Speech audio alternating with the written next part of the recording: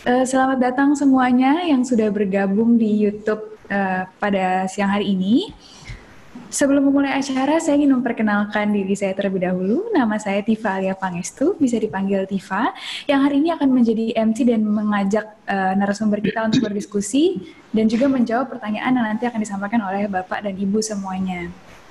Nah, mungkin sekarang Bapak dan Ibu sudah sempat ngintip-ngintip dari Instagramnya Official Primaku untuk lihat jadwal rangkaian webinar selama 14 hari ini. Dan kita tahu bahwa hari ini topiknya sangat menarik, yaitu topik apakah anak saya terlambat bicara, yang tentunya akan dibawakan oleh narasumber yang sangat pasti Bapak Ibu semua menunggu narasumber ini ya, akan dibawakan oleh Profesor Dr. Rini Sekartini, spesialis anak konsultan.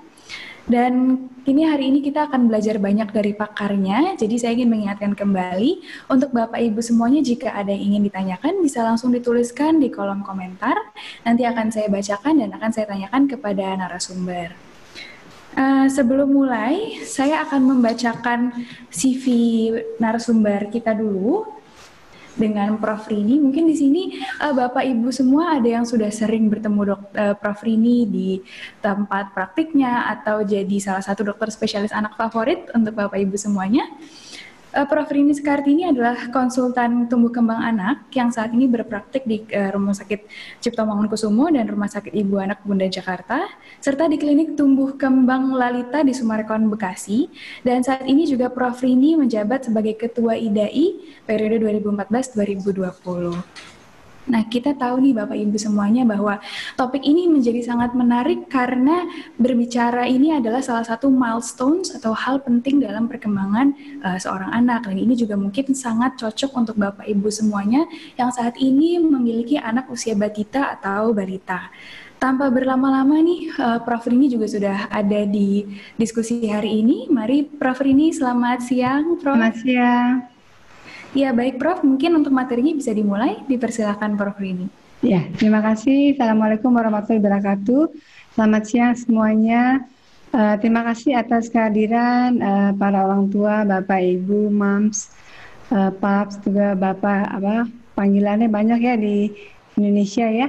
Hari ini saya akan menyampaikan sedikit paparan tentang hal yang sering ditanyakan dalam praktek sehari-hari.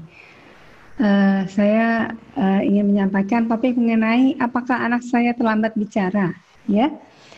Dari pengalaman saya, ini adalah pertanyaan yang membawa orang tua datang bertemu saya. Ada anak saya sekarang umurnya 3 tahun, belum dapat bercerita, Dok. Atau ada juga yang mengatakan anak saya sudah 2 tahun lebih, ngomongnya belum lancar, beda dengan kakaknya, ya. Kemudian ada lagi yang mengeluh, Dok, anak saya belum mengerti ya kalau disuruh, padahal yang disuruh itu-itu saja, tapi sampai sekarang belum mengerti, ya. Terus ada juga yang mengatakan, anak saya udah banyak sih Dok ngomongnya, tetapi nggak jelas, jadi sering marah karena nggak mengerti oleh orang tuanya, ya. Kemudian orang tua juga menyatakan, apakah anak saya bingung ya Dok? Bapaknya kalau ngomong bahasa Inggris, omanya bahasa Mandarin, saya sama pengasuhnya ngomongnya bahasa Indonesia. Jadi bisa kita lihat ya, dalam satu rumah anaknya terpapar 3 bahasa. Terus ada juga yang berkeluh kesah, ini anak saya Akang sekarang udah 3 tahun, udah banyak suaranya, tapi kayak bahasa planet, gak mengerti yang diucapkan, ya. Jadi kalau dilihat dari keluhan orang tua, kita bisa identifikasi masalah bicara itu beragam, ya. Ada yang tidak mengerti, ada yang sudah bisa bicara tapi nggak jelas, ya, atau memang belum bisa mengeluarkan kata-kata sama sekali, ya. Nah, ini coba saya perlihatkan video ya mengenai. Kita ulang. Kamu namanya siapa sayang? Namanya siapa? Al? Al? D. Umurnya berapa tahun? Du? Hebat. Dia selalu menyambung Matanya mana kata-kata matanya? yang sudah didengarnya, ya. Terus hidungnya? Hidungnya mana? Nah, dia bisa menunjuk anggota tubuh Gokil sekali. yang baik. Telinganya mana? Ini anaknya bisa Oke. hampir 2 tahun, Kakinya? sudah bisa menunjuk anggota Oke. tubuh, ya. Nah, bagaimana dengan kasus anak ini? Gimana Pak ya? Kayak plankton. Apa sih plankton? Plankton itu apa? SpongeBob. Itu SpongeBob. Ngapain plankton? Amankan. Plankton ngapain, Dek? Nyari ini kan rahasia ya tadi pet. jawabannya Kamu ngapain, Dek? sesuai Ya kayak bipetip. ada Kecuali plankton. ya. Plankton. Tapi dia masih cadel loh, Dok. Umur 5 tahun R-nya. Apa-apa. Nanti ibu bapak memperhatikan Gimana Pak? kira anaknya ada masalah nggak dengan bicaranya, ya. Nah, mengapa penting kita mengenal keterlambatan bicara, ya? Karena ternyata kasusnya banyak anak usia 2-7 tahun yang mengalami keterlambatan bicara. Angkanya bervariasi dari 2,3% sampai 19%, ya. Nah, nanti kalau anak gangguan bicara pada usia anak prasekolah akan mengganggu belajarnya, ya. Dan nanti bila tidak ditangani dengan baik pada usia 7-8 tahun setelah masuk usia sekolah, usia yang formal, kemampuan membaca dan bicara lancarnya juga pasti akan mengalami hambatan.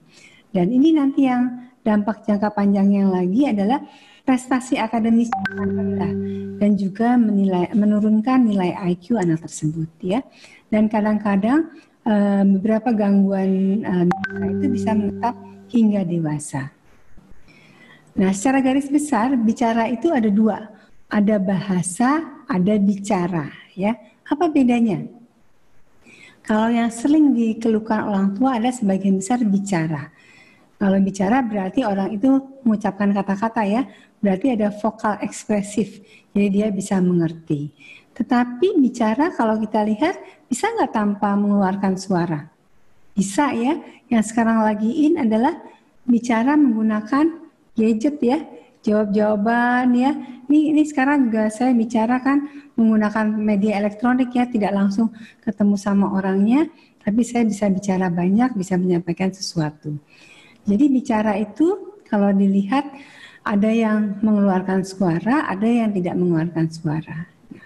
Sebaliknya kalau bahasa ini adalah bagian yang lebih besar dari bicara, ya. Dia bisa berupa komunikasi dua arah, bisa juga secara simbolik dia menulis, ya, atau mengetik. Dan satu lagi adalah bahasa tubuh. Ini sebagai media komunikasi. Jadi bahasa itu merupakan proses simbolik untuk berkomunikasi, ya. Sedangkan bicara adalah salah satu bagian dari bahasa berupa vokal ekspresi dari bahasa. Nah, apa yang dipentingkan dalam perkembangan bicara reseptif dan ekspresif? Jadi reseptif itu adalah bicara yang dimengerti. Jadi anak itu mengerti kalau ada orang bicara. Kemudian kalau ekspresif adalah yang dia keluarkan. Nah, kalau reseptif yang sangat perlu diperhatikan adalah fungsi pendengaran, ya. Jadi kalau anaknya ada kotoran telinganya sampai menyumbat, dipanggil nggak nengok-nengok, bukan berarti dia tuli, ya. Mungkin ada kotoran telinganya, ya. Jadi ini yang harus diperhatikan. Kalau dia tidak mengerti, berarti kan nggak ada sumber suara yang masuk, ya, sehingga dia tidak bisa merespon, ya, tidak bisa menurut perintah yang diajukan, ya.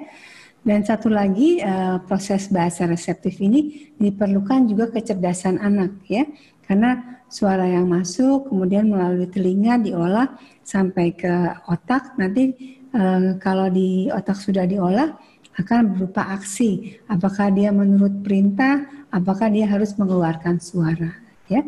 Sedangkan ekspresif yang diperlukan adalah kemampuan untuk bicara, ya. Nah, kalau kita perhatikan secara rinci, bicara itu ada yang diperlukan pita suara. Tapi kalau diperhatikan sebenarnya rongga mulut itu juga penting untuk berlatih bicara. Coba ibu bapak perhatikan, anaknya umur 1,5 tahun udah bisa niup belum? Kalau niup bisa nyembur, tapi nggak bergerak yang ditiup, ya. Berarti belum maksimal. Atau kalau makan cepat katanya 15 menit, berarti nggak dikunyah dong, ya. Makan 1-2 kunyahan telan, ya. Jadi bicara yang ekspresif atau keluar itu memerlukan keterampilan rongga mulut dan juga otot-otot di pipi ya, otot-otot bukal namanya, yang harus dilatih dengan meniup dan mengunyah dengan baik ya. Nah, selain itu di otak itu ada pusat bicara dan bahasa. Dua tempatnya berbeda. Ada yang namanya Broca, ini untuk produksi bicara, suara ya. Sedangkan namanya area Wernicke ini untuk pusat bahasa. Jadi beda. Kalau perintah pusatnya ke sini ke Wernicke, tapi begitu dia menyetujui, iya saya mau es krim, mengeluarkan suara, pusatnya di Broca ya. Jadi bisa terjadi masalah di daerah Broca, dia tidak bisa bicara, di area Wernicke dia tidak bisa mengerti apa yang disampaikan orang, atau kombinasi keduanya. Nah, ini adalah perkembangan bicara dan bahasa bulan ke bulan sampai ke tahun ya. Yang perlu diperhatikan, bayi 0 sampai 2 bulan bisanya menangis secara ekspresif ya. Tetapi harus diperhatikan dia menoleh nggak ke sumber suara.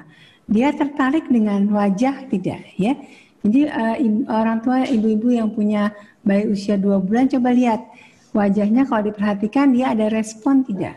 Kalau bersuara bisa respon anak tersebut ya. Itu untuk mengecek fungsi mata dan telinga ya. Kemudian 2-4 bulan nanti bisa cooing namanya ya. Cooing itu menyebutnya o o o a a a ya. Itu berupa konsonan o dan a. Tidak ada yang menyebut bayi 2-4 bulan itu i e nggak ada Bu ya. Adanya o sama a. Makanya yang disebutnya setelah babbling nanti adalah mama, papa, nggak ada mimi ya. Jadi orang tua yang dipanggil umi, ibu itu susah karena bayi belum bisa menyebut i. Dari usia awal dia belajarnya o sama a ya. Nah, nanti 6 bulan ada babbling nih Bu ya. Lanjut sampai 9 bulan bicaranya mama, dada, papa. Nah, yang bergerak apa coba? Yang bergerak bibir ya, karena awalnya sebelum otot muka yang bergerak adalah bibir. Jadi memang secara universal di seluruh dunia panggilan orang tua itu mama dan papa. Di Indonesia kan banyak sekali ya, dan itu kadang-kadang suka terlambat orang anaknya bicara ya. Kemudian 9 bulan sudah mengerti kata misalnya dada atau bye-bye ya. 12 bulan bisa mengikuti perintah verbal ya. Nanti 15 bulan bisa menunjuk anggota tubuh ya, tapi harus diajarkan ya. Mengajarkannya pakai lagu bisa, tidak harus pakai lagu, ajarkan secara spesifik, ini hidung, ini mata ya. Bagaimana mengajarkannya? Di depan kaca orang tua menunjuk anggota tubuhnya dan anak kita arahkan tangannya ke anggota tubuhnya dia sendiri ya. Nah, sebagai biasanya tonggak batasan bicara yang kita harus perhatikan, yang pertama adalah usia 18 bulan. 18 bulan itu dia mengerti kalimat, berarti mengerti instruksi sederhana ya. Kemudian bisa mengeluarkan kata-kata secara cepat, sekitar 6 sampai 10 kata. Kata yang benar dan tepat ya. Misalnya susu untuk susu, bukan su aja, atau mau makan yang apa? Komplit, bukan hanya kan aja, itu bukan kata. Karena di Indonesia itu kata itu terdiri dari suku kata ya. Memang kalau di luar negeri kata terdiri satu kata. Misalnya kucing itu 2 suku kata kan Bu. Kucing, kalau di luar negeri namanya cat. Lebih mudah mengucapkannya ya. Kemudian nanti di atas 2 tahun ini sudah dapat mengikuti perintah dan perkataannya 50% sudah dapat dimengerti dan bisa membuat kalimat ya. Dan nanti seterusnya akan bertambah kompleks perkembangan bicaranya ya. Nah, apa sih penyebab keterlambatan bicara ya? Yang satu mungkin ada kelainan yang berat ya, kelainan saraf, kelainan genetik ya, kelainan metabolik ya, atau tidak terpenuhi kebutuhan anak untuk asuh, asi dan asah misalnya kurang stimulasi ya, di rumah stimulasinya kurang tepat ya, atau ada juga yang berat adanya gangguan di pendengaran ya. Dan ini biasanya sering terjadi pada ibu yang mengalami infeksi pada awal kehidupan, misalnya rubella, bisa menyebabkan ketulian ya. Selain itu yang diduga sebagai pencetus adalah satu, penggunaan gawai atau gadget ya. Ini semuanya biasanya orang tua selalu menggunakan tanpa sadar dengan alasan yang seragam, yaitu tidak mau makan ya. Itu semuanya alasannya sama ya. Yang kedua adalah bilingual, bahkan trilingual, seperti tadi contohnya di rumah ada 3 bahasa yang harus dikuasai anak pada saat yang bersamaan ya. Nah, ini pengaruh gawai ya. Kita lihat kurang interaksi bisa menyebabkan terlambat bicara. Dengan mengurangi interaksi dengan gawai, biasanya anak sudah mulai berkembang bicara ya. Jadi harus dikurangi penggunaan gawai ya, dan nantinya akan terjadi hambatan perkembangan otak. Ini rekomendasi menonton TV atau penggunaan gawai 0 sampai 18 bulan tidak menyarankan kecuali untuk video chatting ya. 18-24 bulan boleh mulai diperkenalkan dengan media yang edukatif, tetap harus didampingi oleh orang tua ya. 2 sampai 5 tahun bolehnya 1 jam dalam sehari ya.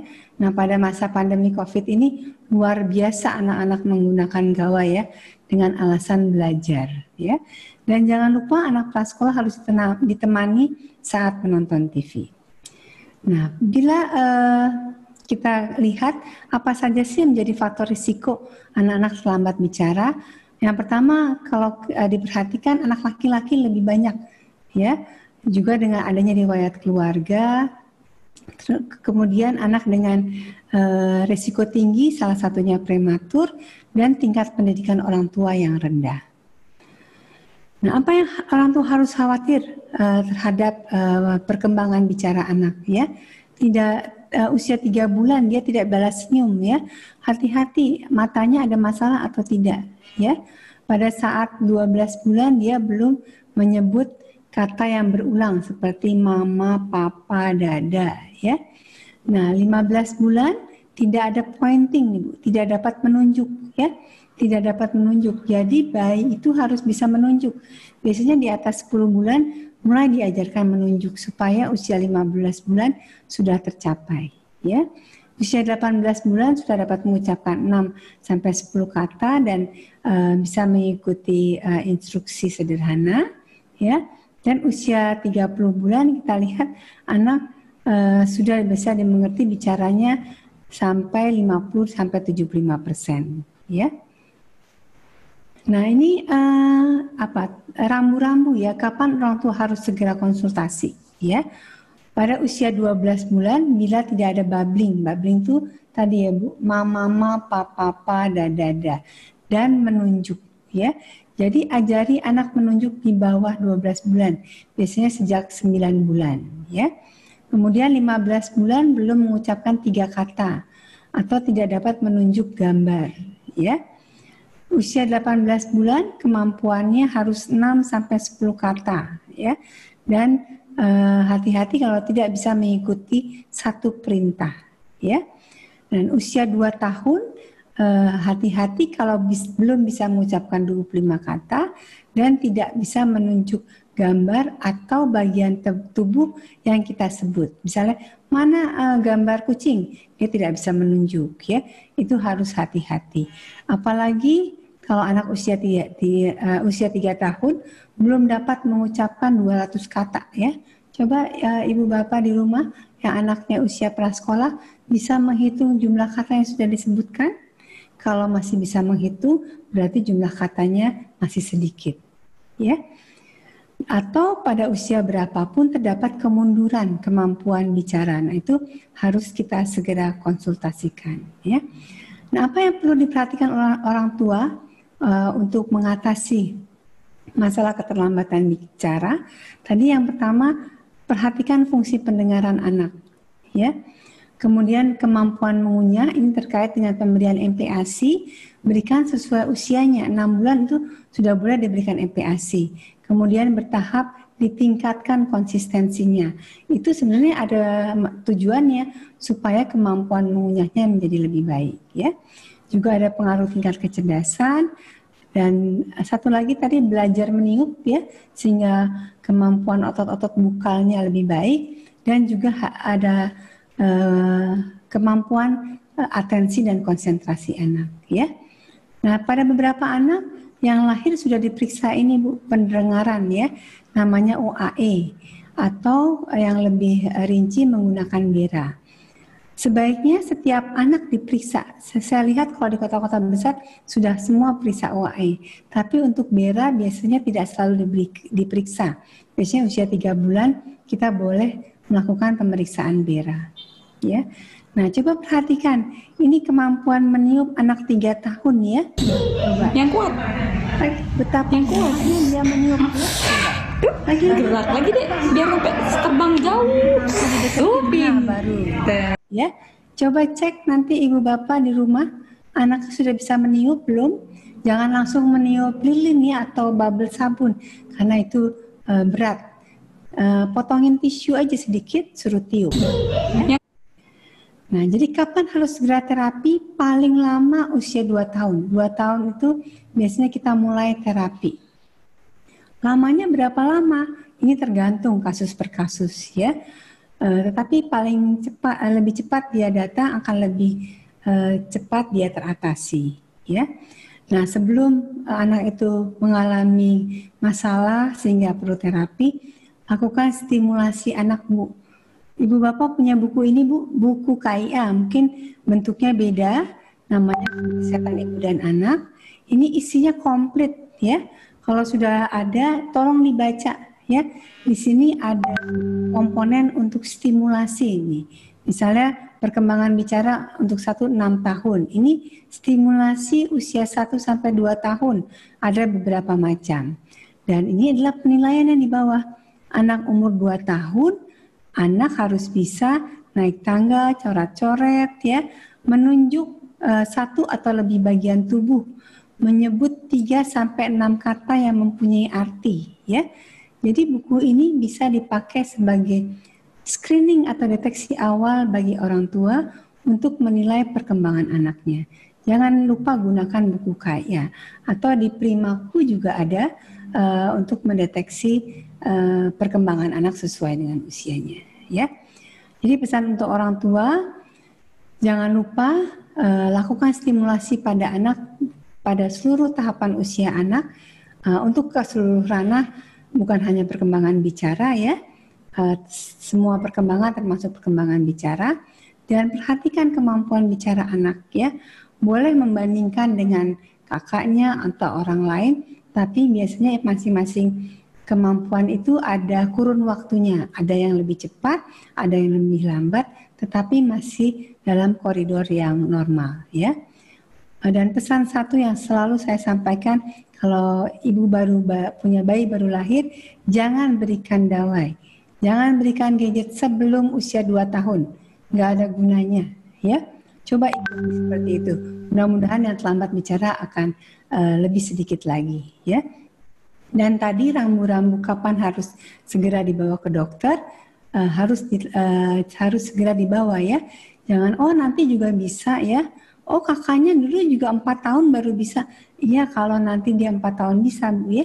Jadi harus ditangani satu persatu kasusnya. Jangan juga dulu kata neneknya, bapaknya juga telat bicara, ya. Ya mudah-mudahan dia nggak seperti bapaknya terlambat juga. Jadi segera konsultasi tadi pada usia-usia yang krusial, ya. Ya mungkin itu yang saya sampaikan pada siang hari ini. Semoga bermanfaat. Terima kasih. Assalamualaikum warahmatullahi wabarakatuh. Waalaikumsalam warahmatullahi wabarakatuh. Terima kasih Prof. Rini, materinya menarik sekali Prof. Sebetulnya sebelum Prof tadi presentasi, saya sudah punya beberapa pertanyaan nih Prof. Tapi setelah Prof presentasi, nampaknya semua materinya sudah tersampaikan dengan jelas Prof. Jadi saya juga ikut banyak paham nih Prof. Tapi mungkin ini ada beberapa orang tua yang tadi mungkin belum join ya Prof ya. Ya. Ada beberapa hal yang barangkali Prof bisa sampaikan kembali. Kira-kira kapan waktu yang tepat untuk mulai memperhatikan atau melatih kemampuan bicara si kecil ini, Prof? Kalau dilihat dari tahapannya, sebenarnya sejak bayi baru lahir harus distimulasi, termasuk stimulasi ke arah bicara dan bahasa, ya. Jadi stimulasi itu adalah berupa kita memberikan atau mengeluarkan suara-suara supaya dia bisa banyak mendengar, ya. Atau bayi pada saat ditidurkan kan dia dinyanyikan, ya, kalau istilah orang Jawa dililing, ya, itu dengan suara yang nadanya tinggi, itu untuk melatih anak tersebut menerima sumber suara dari luar, ya. Jadi setiap tahapan itu selalu distimulasi, jadi tidak ada batasannya mulai kapan, ya. Dan jangan lupa melakukan stimulasi yang benar. Misalnya contohnya yang sering terjadi adalah ibunya mau dipanggil mama, bapaknya mau dipanggil dengan sebutan papa. Tapi masing-masing orang tua tidak memanggil pasangannya dengan sebutan mama atau papa. Berarti kan anak itu nggak mendengar kan? Ada stimulasi suara harus mengucapkan mama papa. Yang dia bisa sebut adalah mbak. Karena mbaknya sering dipanggil sama ibunya, kan, mbak gitu, atau suster. Nah, akhirnya yang dia dengar paling banyak suara itu. Nah, itu yang dia ulangi dalam bentuk bahasa ekspresi, ya. Jadi begitu punya pasangan harus berganti sebutannya, ya, dengan panggilan yang sesuai diinginkan oleh orang tua. Baik, terima kasih Prof. Ini tadi saya juga belum mengingatkan kepada para peserta untuk materi yang disampaikan Prof. Tadi sudah disampaikan di awal. Sekarang waktunya untuk question and answer atau tanya jawab. Jadi kalau ada Bapak Ibu yang mau bertanya, bisa langsung dituliskan di kolom komentar. Ini sudah ada beberapa pertanyaan Prof. Tapi saya mau kembali ke pertanyaan mengenai gawai atau gadget yang tadi Prof ini sempat sampaikan, ya Prof. Kalau sekarang ini kan terutama mungkin kemarin-kemarin orang tuanya lagi sering ada di rumah, ya Prof, ya. Mungkin salah satu cara untuk melatih mereka untuk mendengarkan lagu, untuk melatih bicaranya mereka, itu mungkin banyak orang tua yang menggunakan gadget, nonton lagu bahasa Inggris atau nonton lagu bahasa Indonesia untuk berharap anak-anaknya ini ikut nyanyi, mumbling dan lain-lain. Kembali lagi Prof, itu dibolehkan atau tidak, Prof? Ya, kalau melalui aturan kan tadi di bawah 2 tahun kita tidak boleh berikan, ya. Dalam arti kan dalam bentuk kalau gadget atau gawai kan ada stimulasi visual, ya. Tapi kalau mau mengajarkan suara seperti nyanyi atau mengucapkan kata-kata, bisa dia distimulasi dengan suara saja. Jadi dengan MP3 ya? MP3 ya dok ya. Atau dengan kaset. Jadi yang dilatih adalah pendengaran. Karena kalau dengan gadget yang distimulasi sebenarnya 2 kan. Visual, dia melihat, kemudian dia meniru, dan suara yang dia dengar, ya.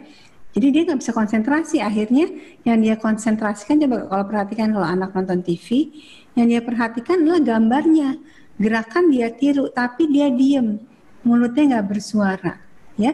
Karena dia harus berkonsentrasi pada 2 hal. Jadi sebaiknya kalau mau melatih anak lebih banyak untuk dia bisa berekspresi, mengeluarkan kata-kata, stimulasinya dengan suara saja, tanpa ada visualnya, gitu. Tapi memang pada masa pandemi ini agak-agak rumit, ya, karena sama anak prasekolah yang sudah sekolah harus mengerjakan tugas, bisa di-delivery dengan video. Kemudian nanti gurunya melihat hasil kemampuannya juga dengan video. Ya, itu mungkin exception, ya, karena masa pandemi ini. Tapi sebisa mungkin harus balance, ya, setelah dia mengerjakan tugas-tugasnya untuk sekolah, sore atau malam harinya dia mungkin interaksinya dikuatkan kembali dengan orang lain.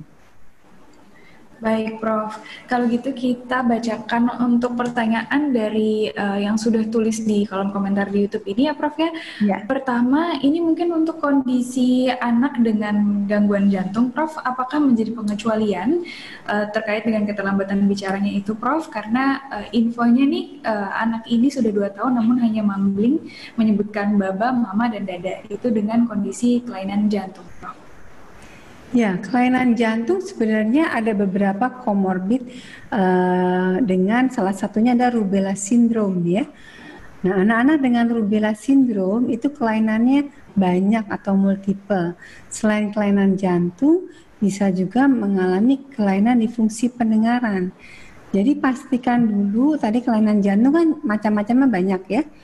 Sebagian besar sih kalau dia bukan rubella syndrome, walaupun ada kelainan jantung tidak mengalami keterlambatan bicara. Tapi kalau ada kelainan jantung kita harus pastikan dulu dia ada rubella syndrome atau tidak. Kalau ada, jangan lupa periksa fungsi pendengaran, ya. Karena fungsi pendengaran itu harus harus dicek dulu bagus atau tidak. Kalau dia bermasalah, harus ditangani dulu gangguan pendengarannya. Baru kita bisa melatih bicaranya. Oke, Prof. Itu kan tadi berkaitan sama kelainan jantung ya, Prof ya. Namun kalau kondisi keterlambatan bicara ini atau misalnya masih ada gangguan bicara, kemampuannya belum maksimal seperti yang tadi Prof Rini sampaikan, kira-kira itu akan berpengaruh terhadap kondisi autisme atau dalam jangka panjang apakah itu akan berpengaruh terhadap IQ dari si anak ini, Prof? Jadi pertanyaan yang dua ya, kalau keterlambatan bicara tidak ditangani, bisa tadi saya sampaikan pada usia sekolah mengganggu prestasinya dan bisa menurunkan tingkat intellectual quotient-nya dari anak tersebut. Tapi tidak semua anak yang keterlambatan bicara itu sama dengan anak autistik, ya. Jadi anak autisme itu memang cirinya terlambat bicara. Tapi tidak bisa dibalik bahwa semua anak yang terlambat bicara itu sama dengan autis ya. Jadi harus dicek lagi dengan ciri-cirinya apakah memang ada gejala autistik atau memang hanya keterlambatan bicara yang biasa. Baik, terima kasih Prof Rini. Ini ternyata semakin banyak Prof yang nulis pertanyaan di kolom komentar. Saya mau baca lagi nih pertanyaannya, sangat menarik Prof. Jadi ada seorang ayah yang tinggal di luar negeri Prof. Mau tidak mau lingkungannya menggunakan bahasa yang bilingual ya Prof ya. Bagaimana sikap yang harus dilakukan agar anak tidak terganggu proses belajar bicara atau bahasanya, dan kapan waktu yang paling tepat untuk mengajarkan sang anak ini untuk berbahasa bilingual? Ya, memang ini sering terjadi ya kalau ada tinggal di luar negeri atau bapak ibunya berbeda bangsa ya. Secara teori sih bilingual itu bisa kita ajarkan setelah usia 2 tahun dengan catatan sudah bisa memiliki kemampuan salah satu bahasa ibu ya. Bahasa ibu kalau Indonesia bahasa Indonesia. Tapi bisa saja seperti tadi bapaknya orang tuanya tinggal di luar negeri, dia menggunakan bahasa ibunya bahasa Inggris boleh. Jadi memang dari lahir dari bayi dia hanya stimulasi satu bahasa. Nanti setelah 2 tahun dia diperkenalkan untuk bahasa Indonesia itu boleh ya. Jadi prinsipnya bahasa ibu tuh harus dimiliki. Tetapi memang pada beberapa kasus anak yang orang tuanya berbeda bangsa sejak awal distimulasi dengan 2 bahasa, ada yang mampu.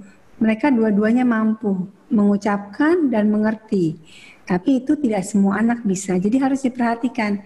Misalnya dari lahir beda bahasa, dua-duanya distimulasi. Kita bisa pantau nih, jangan sampai pantaunya usia 2 tahun ya, udah terlambat. Nanti 3 bulan dicek, anaknya ngerti nggak kalau dia orang tuanya mengucapkan bahasa Indonesia, dia berespon nggak?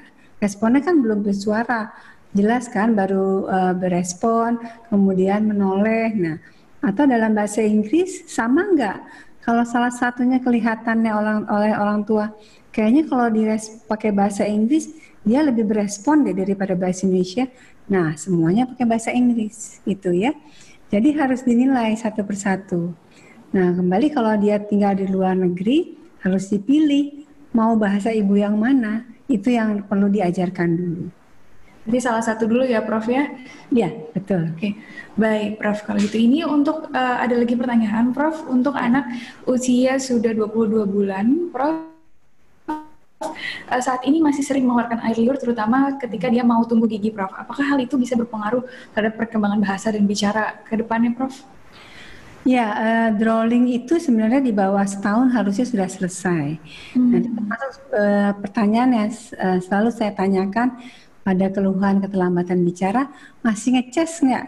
Ya, kalau masih ngecas kan selain tadi karena pertumbuhan gigi berarti dia tidak bisa memanage air liur yang ada. Jadi dia tidak bisa menelan dengan baik. Ya, nah pada anak itu yang tadi dikeluhkan, coba lihat kemampuan mengunyahnya bagaimana, kemampuan meniupnya bagaimana. 22 bulan kan belum 2 tahun ya, dikit lagi sih 2 bulan lagi ya. Nah selama 2 bulan coba latih banyak-banyak meniup ya, beli tiupan, triwitan, trompet dan lain-lain, juga melatih mengunyah ya. Jadi kalau 2 tahun tapi belum ada kemajuan, harus konsultasi segera. Berarti itu sama seperti hal-hal yang harus diwaspadai sama orang tua ya Prof ya, untuk melihat perkembangan anaknya. Nah tadi ini juga ada di materinya Prof Rini, saya catat juga Prof, kira-kira kapan harus dilakukan screening kemampuan bicara dan apa saja metode screening yang barangkali bisa dilakukan oleh orang tua di rumah Prof? Nah tadi saya di mana ya? Tadi buku KIA ya. Tadi saya sampaikan kan ada buku KIA.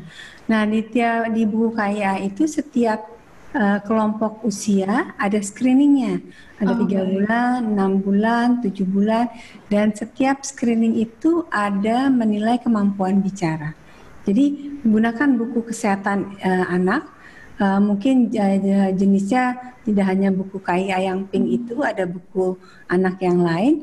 Nah di situ pasti ada parameter, itu checklist sendiri. Kalau nggak bisa langsung konsultasi ke dokter anaknya, ya.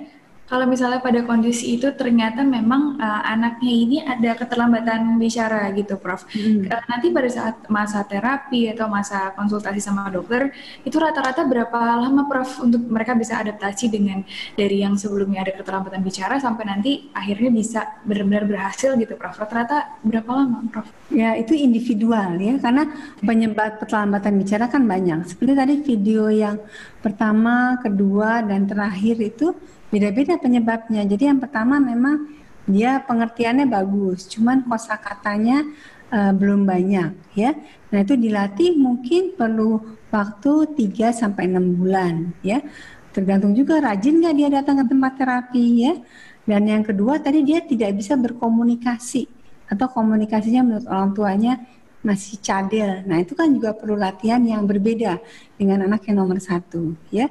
Jadi kalau ditanya berapa lama, nggak bisa dipastikan karena harus di follow up. Biasanya kita melakukan follow up 2-3 bulan setelah terapi, kemudian kita lihat lagi perkembangan bicaranya. Berbeda-beda berarti ya Prof ya, setiap anak. Baik Prof, ini ada lagi pertanyaan Prof. Mohon nasihatnya Prof Rini, bagaimana cara meningkatkan atensi atau konsentrasi anak dan bagaimana pelaksanaan terapi jika memang dianjurkan Prof? Terutama pada saat pandemi ini, apakah harus ke rumah sakit atau bagaimana? Ya, atensi ya, memang kalau dilihat anak 1-2 tahun itu ya lagi senang-senangnya lari-lari ya, tidak fokus, semua pengen dipegang, semua pengen dilihat. Sepertinya dia tidak fokus ya. Nah, pada usia 1-2 tahun, orang tua bisa melakukan stimulasi untuk melakukan permainan yang sedikit banyak melatih konsentrasi atau atensi.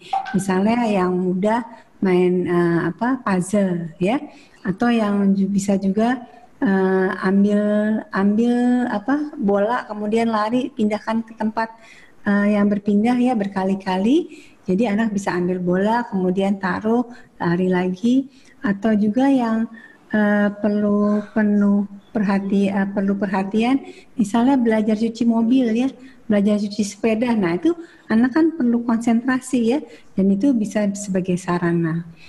Nah untuk terapi tergantung memang, ada beberapa hal, ada anak yang perlunya hanya terapi bicara langsung ya, atau ada juga perlu dulu latihan terapi untuk konsentrasi.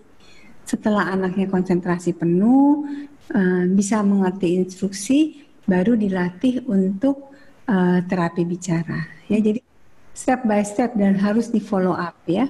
Itu yang makanya kalau ada sesi terapi harus komitmen penuh nih orang tua mau mengikuti jadwal dan patuh pada latihan yang dilakukan.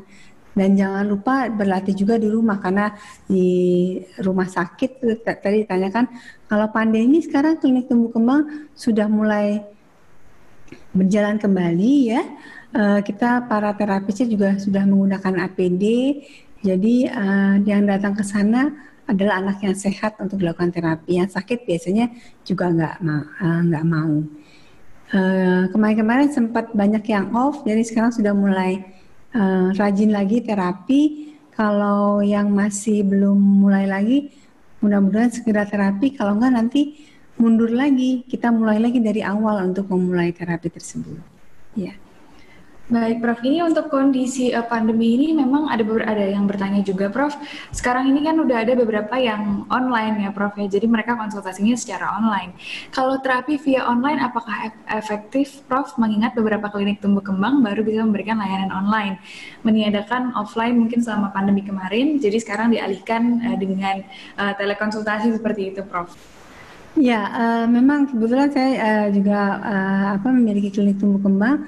Kami ada sarana online, tetapi dengan catatan pasien tersebut sudah pernah bertemu dengan terapinya. Ya, karena kalau belum ketemu, belum pernah bertemu, belum pernah berkomunikasi, pasti tidak berhasil. Ya, jadi untuk yang baru bergabung biasanya saya tidak anjurkan. Tapi yang sudah menjadi pasien beberapa bulan, untuk online bisa dicoba. Ya, kemudian dinilai efektivitasnya, karena yang berperan kan orang tua ya. Ada yang mengatakan, oh kalau online saya juga mesti ada dong ya. Iya, masa anak-anaknya sendirian kan nggak mungkin ya. Jadi orang tua juga harus memiliki waktu. Kalau tidak memiliki waktu ya sebaiknya datang aja ke klinik tumbuh kembang untuk terapi.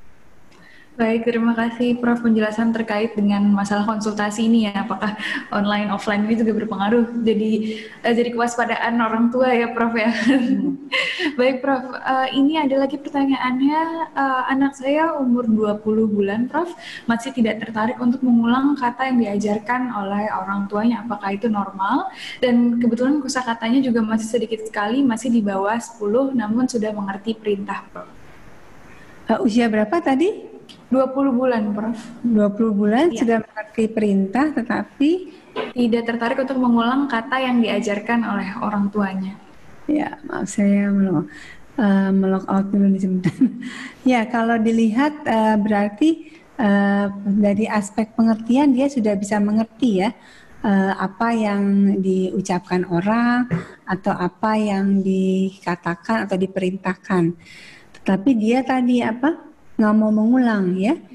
Apakah itu tadi harus dicek kemampuan dari otot-otot bukalnya ini udah baik atau belum ya, sehingga dia mau mengucapkan misalnya mengerti mengucapkan mama atau mengucapkan bola gitu ya, tapi memang secara kemampuan otot-otot di bukal ini belum terampil, nah jadi harus dilatih ya. Tapi umurnya tadi belum 2 tahun kan ya? Belum, Prof. Ya, masih 20 bulan. Belum 2 tahun, jadi masih boleh dilatih sendiri, maksimalkan. Jangan lupa melatih mengucap itu yang paling bagus itu di depan kaca. Sehingga anaknya tahu bagaimana mengucap kata tersebut dengan maksimal, ya. Kalau sama seperti orang latihan menyanyi kan harus di depan kaca sehingga buka mulutnya baik, ya. Baik, Prof. Ini untuk mengingatkan para peserta lagi bahwa waktu kita mungkin nggak terlalu lama lagi ya, Prof, untuk berdiskusi, kurang lebih sekitar 10 menit ke depan. Kita masih ada waktu untuk berdiskusi question and answer. Selebihnya jika ada pertanyaan yang belum terjawab, Ibu Bapak sekalian bisa cek di Instagramnya Official Primaku atau langsung download saja di aplikasi Primaku. Di sana bisa ada tempat atau platform untuk konsultasi juga bersama dokter-dokter kami.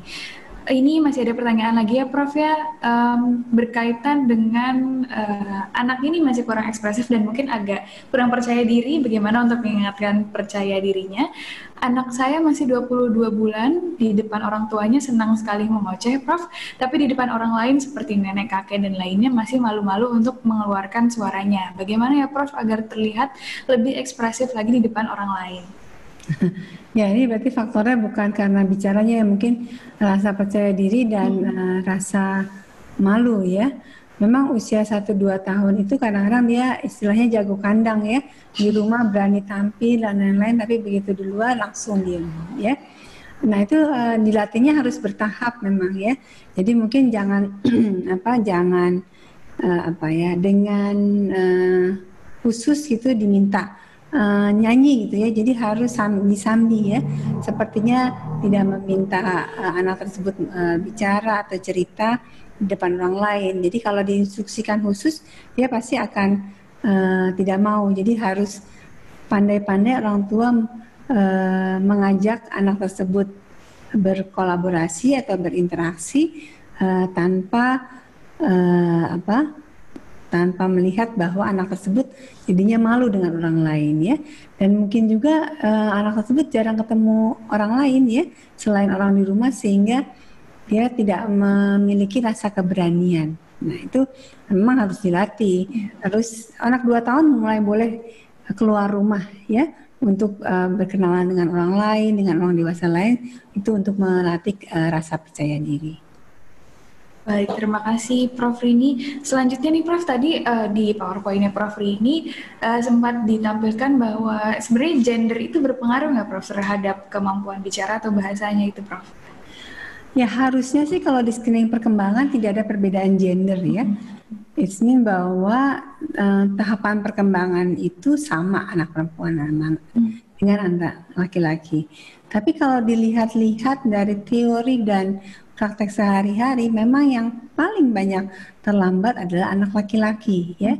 Dari 100 pasien mungkin 90-nya itu anak laki-laki ya. Tetapi justru jadi kebalikannya, kalau ada anak perempuan yang terlambat bicara, kita harus lebih agresif ya. Biasanya kalau anak laki-laki mendekati 2 tahun mulai terapi tidak masalah. Tapi begitu anak perempuan, kita lebih persiapkan lebih awal. Biasanya 21 bulan atau 22 bulan sudah mulai berlatih terapi, karena terapi itu kan butuh persiapan juga ya, tidak semua anak langsung enjoy untuk dilakukan terapi. Jadi biasanya anak perempuan lebih awal dulu kita lakukan terapi. Baik Prof Rini, ini mungkin masih ada 2 pertanyaan lagi Prof sebelum kita tutup sesi diskusi hari ini. Selanjutnya adalah pertanyaan nih Prof, anaknya sudah umur 4 tahun Prof, tapi bicaranya masih suka mengulang-ulang, apakah itu normal dan bagaimana cara mengatasinya Prof? Ya itu yang kita sebut ekolali ya. Jadi biasanya dia mengulang apa yang orang lain sebutkan atau mengulang yang ada di TV. Jadi dia belum mengerti sepenuhnya. Kita harus cek kembali kondisi, karena ekolali itu kadang-kadang kita jumpai pada anak dengan autistik ya. Jadi harus dicek ke dokter tumbuh kembang untuk menilai secara keseluruhan apakah memang dia hanya ekolali saja atau ada masalah yang lain. Dan itu tidak bisa dibiarkan, harus tetap dilakukan terapi untuk memperbaiki pola bicaranya. Karena nanti kalau dan biasanya kita harapkan berbagai terapi itu selesai usia prasekolah, supaya pada usia sekolah dia sudah baik dan tidak menjadi risiko untuk kejadian bullying ya. Kan anak-anak suka ngeledek kan kalau anak yang belum bisa bicara, nah itu harus dihindari. Jangan sampai dia mengalami bullying pada masa sekolah. Ya, betul Prof Rini. Selanjutnya ini saya tadi yang mencatat nih Prof sebenarnya pertanyaan ini Prof. Kira-kira kalau peran orang tua itu Prof spesifik dari ayah dan ibunya, masing-masing itu ada peran khususnya nggak Prof untuk membantu kemampuan bicara sang anak ini, spesifik dari ayah atau spesifik dari ibu gitu? Harusnya sih tidak ya, sama ya. Sama ya. Walaupun memang secara garis besar suara ibu perempuan itu beda dengan suara laki ya. Jadi justru kekayaan itu yang dia harus terima. Jadi kata-kata kadang-kadang saya jumpai anak yang ibunya di rumah nih ya, diperintah ibunya dia udah lewat aja ya, nggak dengar. Tapi begitu bapaknya datang memberikan itu, dia langsung responsif ya. Jadi mungkin ada kejenuhan juga dari anak tersebut, setiap hari ada ibunya dengan kata-kata yang sama, dengan intonasi yang sama ya. Nah begitu ada suara lain dengan pola yang berbeda, dengan nada suara yang berbeda, dia lebih responsif ya. Jadi harus kombinasi antara orang tua, ibu, bapak, juga mungkin extended family yang ada di rumah tersebut ya. Memang teorinya semakin banyak stimulasi akan semakin baik perkembangan sinaps-sinaps di otak, termasuk untuk merangsang kemampuan bicara. Baik, Prof, ini berkaitan sama stimulasi yang tadi Prof Ridi sampaikan ya, Prof. Ada pertanyaan lagi, saat ini anaknya usia 15 bulan, Prof, baru bisa bicara kata papa dan num saja, tapi sudah mengerti instruksi pendek seperti minta ambilkan minum, minta gendong, dan lain-lain. Apakah ini hanya kurang stimulasi seperti yang tadi disampaikan, atau bagaimana, dan sebaiknya gimana dok cara orang tua mengatasinya? Kalau 15 bulan dengan dua kata yang jelas sudah cukup baik, dan yang penting tadi sudah mengerti instruksi sederhana. Itu harus dipupuk ya, terus menerus melatih respon terhadap perintah. Perintahnya yang sederhana satu arah ya, ambil bola, buang sampah, jangan ambil bola kasih papa. Nah itu 2 perintah. Jadi latih untuk mengerti satu perintah sederhana ya. Dan jangan lupa orang tua tidak boleh menggunakan bahasa tubuh. Misalnya ambil bola tuh, bolanya kita tunjuk. Nah anak tuh melihat bahasa tubuh, oh yang diambil bola. Atau ini kasih papa, terus mamahnya menunjuk papahnya. Jadi itu bahasa tubuh tidak boleh digunakan oleh orang tua dalam menstimulasi anak. Baik, terima kasih Prof Rini atas jawaban-jawabannya yang tadi disampaikan. Untuk sesi Q&A atau tanya jawab sudah selesai ya Prof ya. Diskusinya sangat menarik ya Prof Rini. Tadi saya juga sempat mencatat beberapa kesimpulan yang nanti juga bisa disampaikan kembali oleh Prof Rini. Yang pertama adalah sebetulnya masalah bicara itu beragam macamnya dan selalu menjadi perhatian dari seluruh orang tua ya Prof. Dan tadi dari materinya Prof Rini juga diselipkan tentang penggunaan dan pembatasan penggunaan gawai atau gadget yang ternyata bisa menjadi pemicu keterlambatan bicara ya Prof ya? Ya, betul. Dan ini juga di luar dari itu tentunya orang tua juga berperan penting, pertama untuk mulai screening dan juga untuk nanti membantu perkembangan kemampuan bicara sang anak. Tapi jangan sampai merasa sendirian karena tentunya orang tua akan didampingi oleh dokter-dokter atau Prof ini juga bisa menjadi salah satu pendamping para orang tua untuk membantu perkembangan bicara dan bahasa anak-anak Bapak Ibu semuanya. Nah itu mungkin kesimpulan yang bisa saya sampaikan. Nah selanjutnya bisa ada yang dari Prof ini mau sampaikan, mau tambahkan mungkin intinya Prof terakhir untuk para orang tua. Ya mungkin karena kasus keterlambatan bicara itu merupakan kasus keterlambatan perkembangan yang paling banyak kami temui di klinik tumbuh kembang. Jadi stimulasi untuk bicara bahasa itu perlu diperhatikan lebih baik ya. Dan sebaiknya gunakan satu bahasa dulu sampai anak berusia 2 tahun ya. Baru setelah itu diberikan bahasa ibu. Dan satu lagi tadi stimulasi harus interaksi 2 arah ya. Jangan gunakan peralatan elektronik apapun atas nama stimulasi ya. Jadi ingat prinsip stimulasi itu harus 2 arah. Dua arahnya antara anak dengan ibu orang tua atau pendamping orang tua ya. Jadi itu sekali lagi saya tekankan, jangan menggunakan peralatan elektronik untuk melakukan stimulasi.